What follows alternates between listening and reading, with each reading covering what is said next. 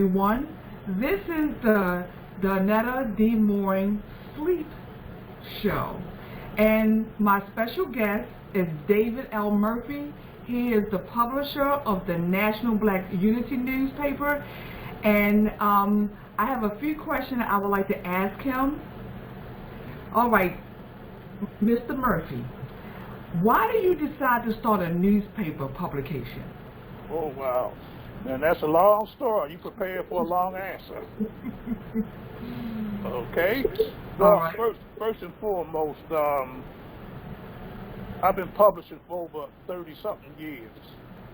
And it was a process. It wasn't just overnight, say I'm a publisher, anything like that. And the best way I can explain this to people is, but it's kind of like sharing my story. And the best way I know how to share my story is through this system called the 7 levels of why. And this is a system that I read out of this book. And you ask yourself a question. You ask yourself actually 7 questions. And the first thing I ask myself in the 7 levels of why is this. But I'm just forewarning you, it takes you on a journey. The first question is, with somebody like yourself, why did you start a paper? If I ask myself that same question, this is what I would tell you. The first question would be because I want to help people. I want to serve my community. I want to uplift my people. But then on my second level of asking myself a question, why do you want to help people? Why do you want to serve people? And then I would answer that question like this. Well, because I personally went through a lot of trauma in my lifetime, and I know how it feels to be downtrodden, not too much hope in your life, and just about giving up. And if I ask myself, why did you give up? Why do you feel that way? And then I would take you on my long journey. You see, it takes me back to my childhood. And I come from what some might say on the rough side of the mountain at one portion of my life. And I end up, teenage. I came up in the 60s, 50s and 60s. I was in the Black Power movement. There was the Vietnam War was going on at that time. College campuses was in uproars. People was upset with people for one reason or another. And of course, as a teenager, they were sending, even some of my friends were being drafted and sent into a war. But yet, here at home, we were being discriminated against. We couldn't even go into, let's say, that lunch counters and things like that. Yet, they give us a rifle and go die for this country. And so I had it was a conflict of interest. And plus, I was already an angry young man. And so, I was in the movement, and I began to take on some bad habits like drinking a lot. I quit school, and it was just, self-inflicting things, and I had what they call the 4 little old me's and this, that. Then you say, why did you do all of them things to yourself? Now, this would take me down to my 4th or 5th level. You see, when I was a little boy, I say at the age of 5 years old, that's why I say 7 levels. I'm now down at the 5th or 6th level. And I lived in for a black community, I lived in an upscale community, pretty much. My father, he was a very educated man. Even in the 50s and 40s, he had 2.5 years of college. That's almost like a doctorate degree today, for black men. But in any case, I watched him come to town. He was a very talented man. He could sing, he could do things with his hands, build anything. He came from North Carolina. He was a farmer. He knew how to grow things. We had vegetables in the backyard. He was just all around type of guy. But all of a sudden, I started seeing him demise and shrinking up, and he had 7 children, 8 children. Late some came a little later on. But I watched him end up being an alcoholic, and I heard him tell. I used to listen to sometimes, eavesdrop, and him and his friends be drinking, and they would say, he was talking about all the education they had, but yet these crackers, as he called them, white people, had them cleaning out toilets and stuff. And so, he was being meaning on his job and stuff. And then he had to come home and feed his children and all this kind of stuff. So, you know, so, and later on in life, I had that same type of experience. But yet, down there to get into the main part of your question, see, when I was a little boy, I went to this school when I was 5 years, first day of school, my first day of school. My mother left me in this strange place called a school. She left me in there with all these little children and then went home. You know, I came from, like I say, a large family. I was always around my brothers and sisters or somebody I knew. But here I was left alone around these strangers. And I lived on Warwick, right where near Coppin State College is. And there was a little school that sit up on that corner, North Avenue and Warwick. It's a little steps. I even got baby pictures on them steps. And North Avenue is a busy street like it is today. Even back then it was busy. My mother had went back on the other side of North Avenue and went home 2 blocks down. Before she got home good, I was knocking at the door. So I put my life in danger, across the street and everything, because I wasn't going to stay in that place. And so she demanded that I go back. She was going to take me back, and that's the first time I ever refused. I told her, no, I'm not going back there. And then she suspected on my hand from I was naughty, little things like that. But that's the first time she ever spiked me, you know, really took that belt out. And so that was a little trauma in my life coming from her. My father used to take on that task. You know, coming from her, you know, that was a little earth-shaking. But nevertheless, she won, so I went back to school. But you know, a couple of weeks later, you see, back in my days, in the 50s, this early 50s, 55, 56, and we didn't have black radio stations. We would listen to like Dean Martin, Frank Sinatra. We would listen. There were the 3 black artists that we like, Nat King Cole and the guy you see, Blueberry Hill and Fast Dominoes, people like them. You know, it was the free time they would still come on air. But for the most part, we listened to white singers. And so for one reason, so at this school, back at this school, we had what they call nap time. You would lay your head on the desk and take a 3 minutes rest or something. And for some reason, I just broke out in this song. And I started singing Elvis Presley, Don't Be Cruel. And I love music. I just loved music at that time. You know, I just thought I was going to be the great singer just in the child's mind or the way of thinking. So I just took the opportunity to start singing. And the teacher told me to shut up. And the children started laughing at me. And do you know, when I did the 7 levels of why, that's when I become what some might call an introvert. You know, I wasn't very good. That's why I ended up drinking and stuff like that, because I couldn't express myself. I had whole things were internal. And even back in them days, they say men supposed to man up, you don't supposed to cry, you don't supposed to have feelings and all this stuff. All that was being suppressed. And then on my 6th level of why, I used to have this childhood hero called Mighty Mouse. He used to fly. He was a mouse, a strong mouse. Yeah. And he used to always come into these villages, mouse villages. And the cats would raid the village, beat up the cats and all that beat up the mice. And all of a sudden, Mighty Mouse would appear. And the little so here I come to save the day. And Mighty Mouse would just fly on the scene. He would come down there, beat all the cats up, save the village, and get the little girl, and then fly off into the sunset. And that was my hero. Yeah. Yeah, but then on my 7th level of why, see, even today, I still try to save the village. It's a case of way back then. But then on my 7th level of why, I asked myself, why did I want to become a little mouse? You know, and then it dawned on me. See, even back then, you know, we had television was just coming into its heyday. And there was this show that all children, like today, they used to, or yesterday, used to watch Big Bird, you know, and all of that on that station, you know, Romper Room. You know, we said Romper Room, and then we had this other thing called the Mickey Mouse Club. And they had a bunch of teenage children on there. And the youngest child on there was my age. His name was Cuppy. And I had a brother younger than me. And he and I just sit down there, and he said, just like people say, that's my car, you know, children say, I like that car. Well, on this station, me and my brother say, no, I'm car. I say, no, I'm car. We actually end up fighting over it. Be a little white boy, fighting over a white boy. And then I asked myself, why did I want to be a little white boy? Then it hit me like a ton of bricks.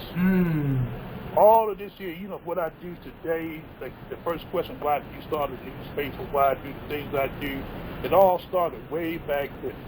You see, because I want to be a little white boy, because I didn't see no black images of people like myself. There was no black media. There wasn't a whole lot. They may have, you know, black newspaper, something every once, you know, you can get every once in a while. But in the media, TV, television, movies, you didn't see us unless we were service or something like that. And so all that was being suppressed in my mind, and I always wondered. Then now I understand why I do the things I do. I still try to say the village when I was Mickey Mouse syndrome. But the media, that's why I end up in media. I don't know why. You know, I ask myself questions now, and I know why. Because even back then, the reflection of, you know, lack of participation in the media from black, even to this day, we're only less than 1% of the people. And so I chose this field, you know, to enlighten, like I said, to help my people. And not only that, say I lived this life. You know, I lived the life. I even set an account on myself that they refused to serve. I lived in, moved to Emerson Village. I'm from Baltimore. In Emerson Village, it was a predominantly white community. I moved there in 1961. And we was like groundbreakers. You know, we had to fight every day just to live there, you know.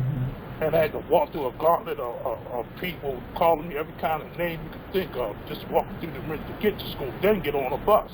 Go further out to this school called West Baltimore Middle School. They used to call it Rockland. That's the first year this school opened. Now, Emerson and Denison was predominantly white. You can imagine what it was out there. When we went out there, they were protesting us, against us. Little 11-year-old, 10-year-old children huddled together, scared to death. Grown folks calling us all kinds of names and stuff, you know, just because we were just going to school, you know. So all of that kind of stuff, you know, I took you on a long trip to say my whole life was centered around discrimination, hurt, unjust, you know, all sorts of things. I've seen it firsthand. And so that's why I do the things I do. That's why I do the newspaper. That's why I serve in my community. That's why I consider myself a soldier. And as I just mentioned, I had the battle scars to prove.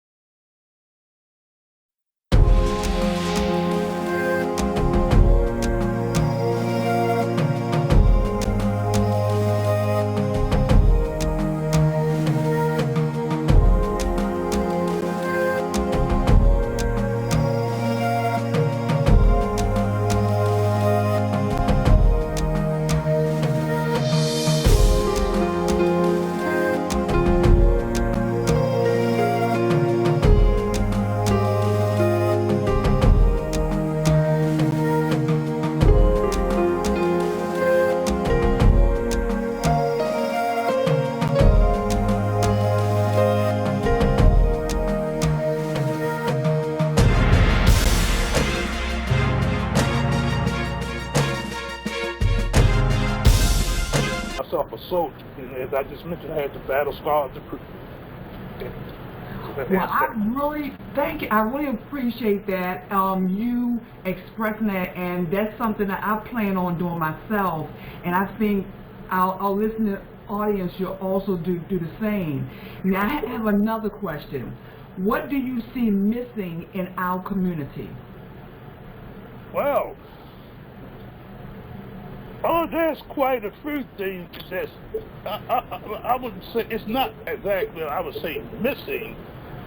It's just that we're not taking advantage of it. And one of the things is unity. You know, like I say, I seen the time in my lifetime in the 60s and 70s when black people was coming together. You know, I mean, you can go to any part of the country, even in Vietnam, you can see brother holding his fist up. Hey, bro, you know, they see another black person, you know. And we had a thing, we were black and we were proud. You know, we had afro, you know, we were proud to be who we was. You know, today we seem like we're ashamed of ourselves. We can't stand each other, you know. But back then we had self-love. You know, uplifting, supporting one another. You know, we had all types of groups and organizations that was coming together, but through the government infiltration and all that, all of them things were broken up by design. And that's what's missing today, is that unity. But because this country is taking another big turn around because of the Trump administration and discrimination has raised its ugly head up again. And this race thing is so, one time we thought we was putting that to bed almost, it was kind of hidden in the corners again. But now it's full steam, people on the border, they doing things to children, that's unsavory things, separating families. They did that to us as slavery. So that's, some things change, some things stay the same. They just do it in different forms. But our mindset is this. We are resilient people. I'm talking about black people. I'm talking about African American. You can call it indigenous people, melanated people, whatever you want to call yourself. Dark-skinned people, put it that way. People come from the roots in Africa. And we are, even scientists say we are the original man, man, woman, whatever, black people, the first people on this earth. We are the original. And anytime you take something from the original and you start diluting it, down, it's not as strong or stripping as the original thing. And I believe that's what the depravity sets in people's mindsets, because our original mindset is not like the way certain groups and people are today. Some people are warmongers, some people just kill, pillage, and just do stuff to other people. And that's not black people's nature. It never was, and unfortunately, see, because things have been done to us so much in our lifetime, people feel as though if we ever got out in power, that we would do the same thing they done to us. But, and that's that fear they have, because they know that there was a lot of wrong being done to us. They know this. And from the way certain groups of people think, that's the only way to go. You did that to me, I'm going to have to do it back to you. That's what they were thinking in South Africa, what they say in America, and all over, but that's not our nature. We don't think that. See, God put love in us first. See, we have a lot of love and forgiveness. And we would know, that's not our nature to treat people the way they do. And so that's what's missing is, I believe, unity. And if we can ever bring that back together, because we have evidence, there's nothing missing. It's just that we're not doing. Because we have everything we need. God bless each and every man. Just like you're a very talented woman. You have so many gifts within you. And see, you nurturing those gifts. You're building upon it, and your gifts will make a way for it. That's why you're doing this show right now. Because you are working with your gifts. And that's why I do the things that I do. So I had to nurture them, though. So you just didn't have, you didn't just get to this point to that point. You had to work on them. And if each one of us do that, now, I can't account for the whole world. I can account for myself, but each one of us does do that. And we become aware of this. And I'm going to say this, and I know I'm jumping off track right now, but we are one powerful people. That's all that was done to us. Yeah. Like I said, we are very resilient people. Even in the time to say we invented things, even in the time of Jim Crow, we built colleges and stuff like that. Institutions that's still here today. We had everything. We built it all, in spite of what they were doing to us. And even right now, the poorest of the poor of our community, some may call them ghettos, slums, whatever you want to call them, but guess what? People come from all over the world to set up shop in those slums and those ghettos and make a fortune. So the least of us, as they might call them, there's riches and there's gold in them communities. And everybody around the world knows it but us. Yeah. And so, that's why I say it takes unity and working together. And like you say, let's hit one another, like we say way back in the day, educate one another. Each one teach one.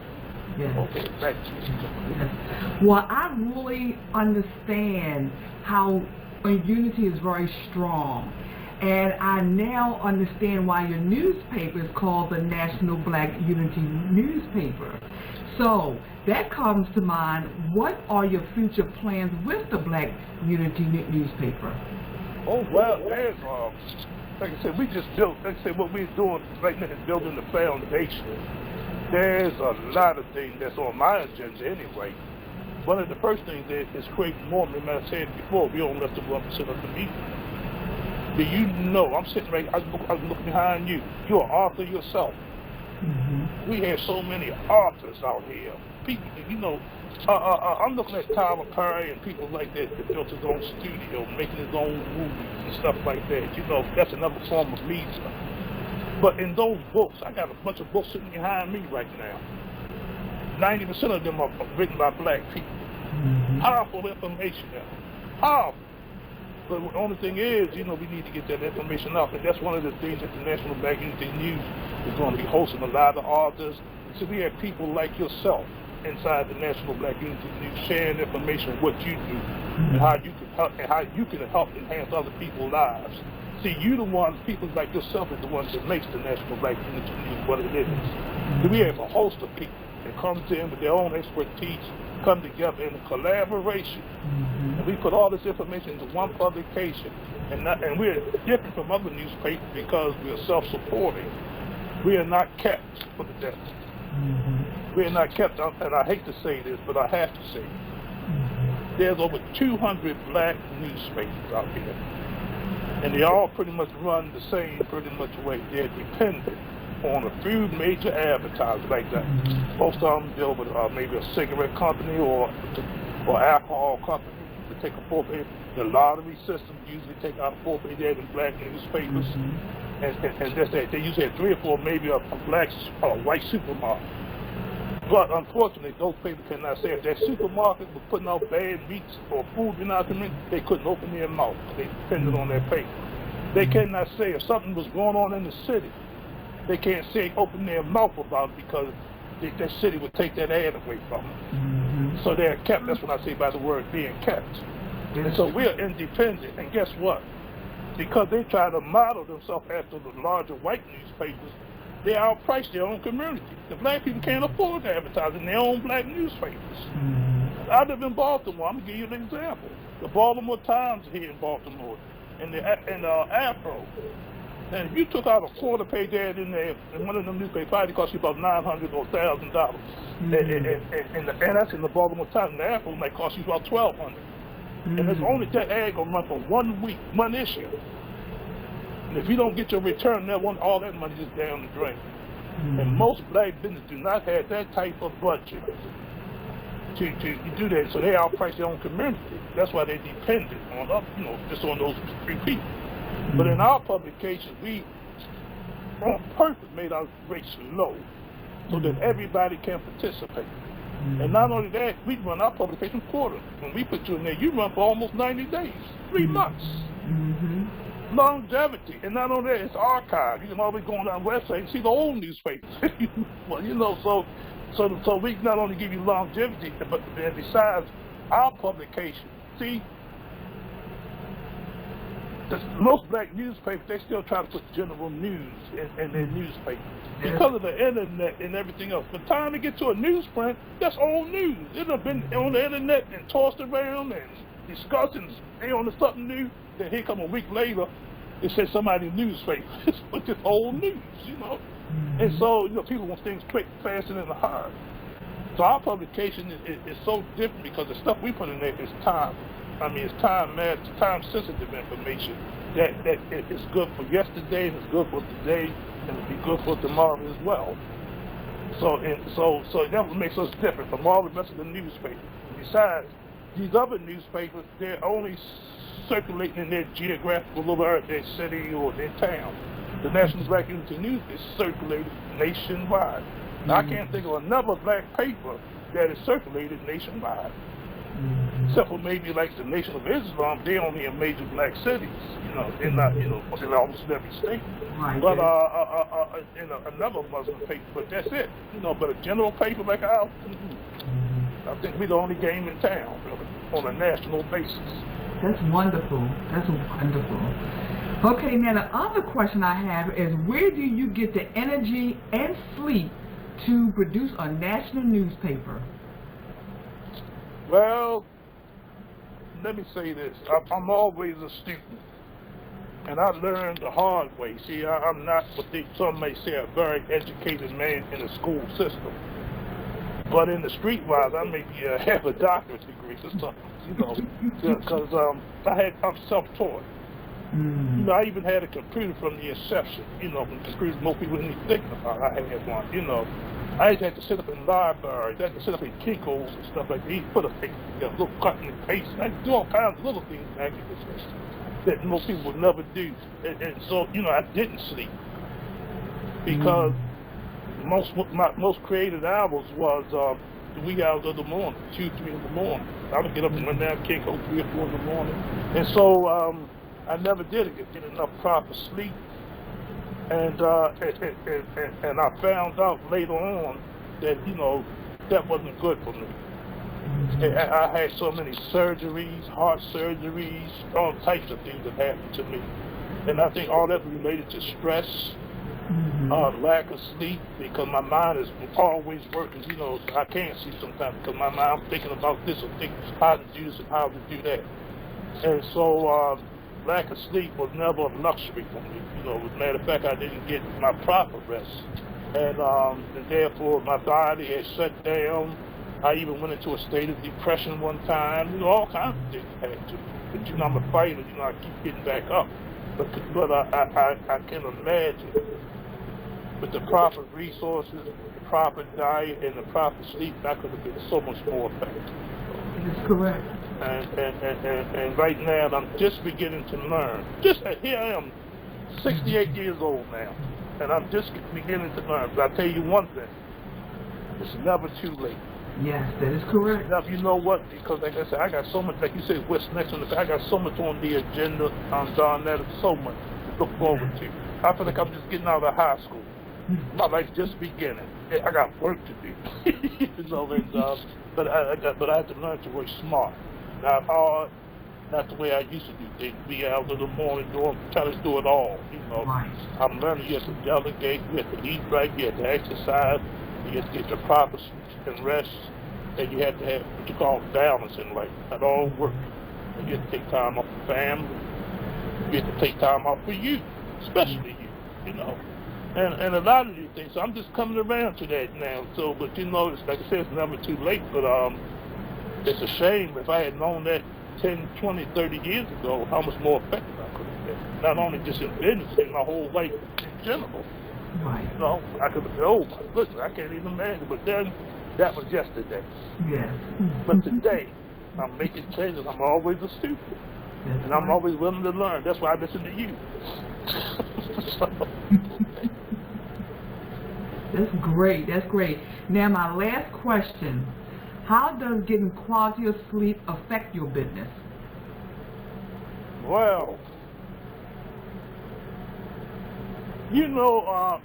I consider myself an extremely creative person. I have what they call an active imagination. So I can take anything and use my imagination. I can enjoy me. See, I can enjoy myself. You can put me, lock me up in a room and just take everything away from me. My mind, I can just entertain myself with just thoughts and ideas and stuff. That's just the way I've been all my life. But getting to your question.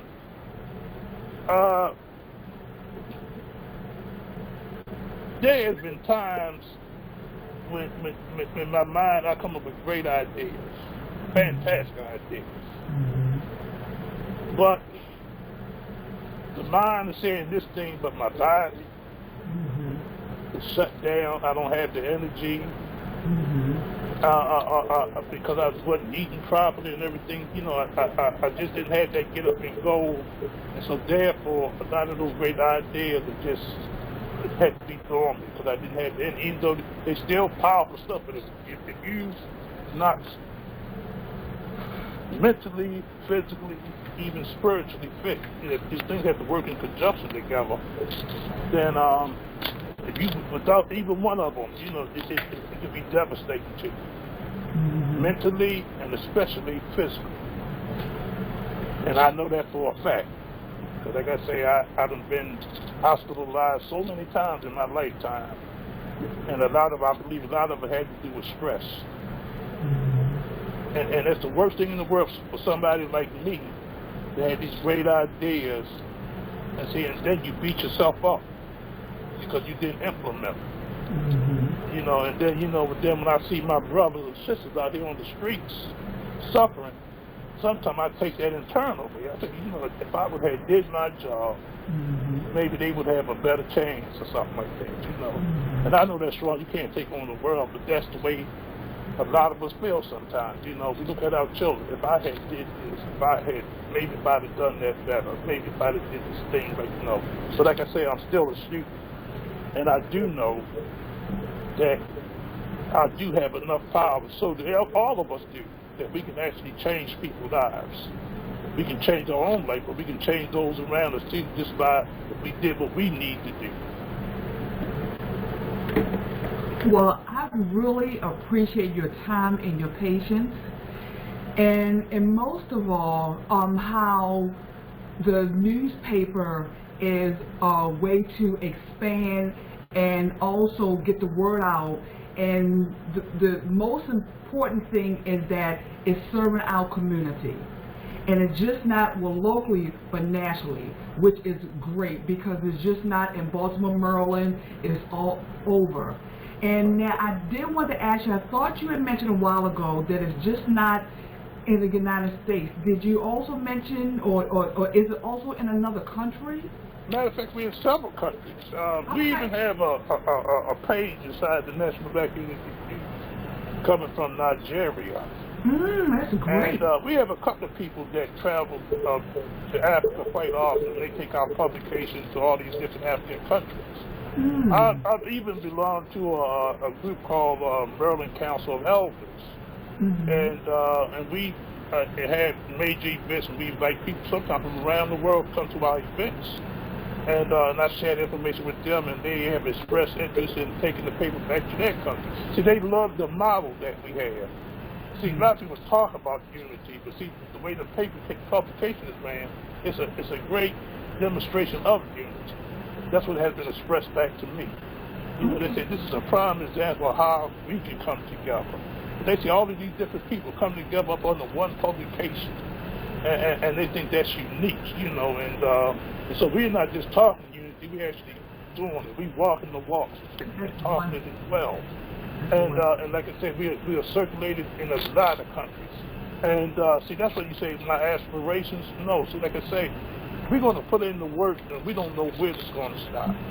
You know, way after I'm here, you know, after I'm long and gone, you know, 100 years from now, I would like to see the National Black Unity News still going around. So we're building an institution. You know, this is legacy building. The information that's in it, like I said, is timeless. You know, this is publication information that we had that is good for yesterday, today, and tomorrow. And like I said, it's life-altering information inside the publication. And we're going to get better at it. We're going to bring more people in with more life-altering information in there that can enhance people's quality of life. So, you know, so get ready. You know, we only begin. And we also doing things like this, podcasting, radio. So we get in all forms of media, live networking events. And so we, you know, just get ready. And let me add this, if I be so bold to ask you this, you know, like I say, I'm learning. Take advantage of the time. And I want to encourage, you know, who want to see this podcast, your listening audience, to support the National Black Unity News, because this publication is really geared to support you. And if you have a business or a service and you want to reach a message, as long as your business or service is trying to enhance our people for the better, then you need to give us a call. We're affordable and we're effective. And like I say, and we, our goal is, you know, we're not here just to make money or anything like that. We actually, you know, I'm going to just say this, and some people may have problems with it, but, you know, my steps are ordered. This is the National Black Unity News. Yeah, I may be the one that his filter through, but this is divinely inspired. And I'm going to tell you the straight up about it. This is not a David Murphy thing. This is a we thing. This is the us thing. Yes, it is. And that's why I say my steps are ordered. You know, all I'm here to do is serve people like yourself and the people in the publication. I'm just a servant of servants. And I'm not boasting, I'm not bragging, but the truth is, this publication is way bigger than David Murphy, it's way bigger than Don Netta, and like I say, it's about us. It's about changing us for the better. And this is the type of publication that not only can help our children today, but our future generations. And so I encourage you, this is some serious stuff taking place. And if you want to know the real deal or true deal, the National Black Unity News is that. We're not kept by anyone, and so therefore, Our main mission is just to serve you. And that's what we're going to do. As long as I'm here, and it's in our manifesto team, when I'm long gone, they can't depart from us. So that's the way it is. Yes. Well, I want to thank you for your time and your patience. And I do want to say for my listening audience that if you're interested in being a special guest, that you can contact me on my website. And my website is my name, which is Donetta D. Mooring, which is DONATADMOORING.com. And I have a contact form on there so you can complete the different services that I offer. And I want to thank everyone, and I would really appreciate it if you would share this podcast, where you can talk about your business, and also I will talk to you about sleep so we can spread the word. And until next time, sleep heals. Thank you. Thank you.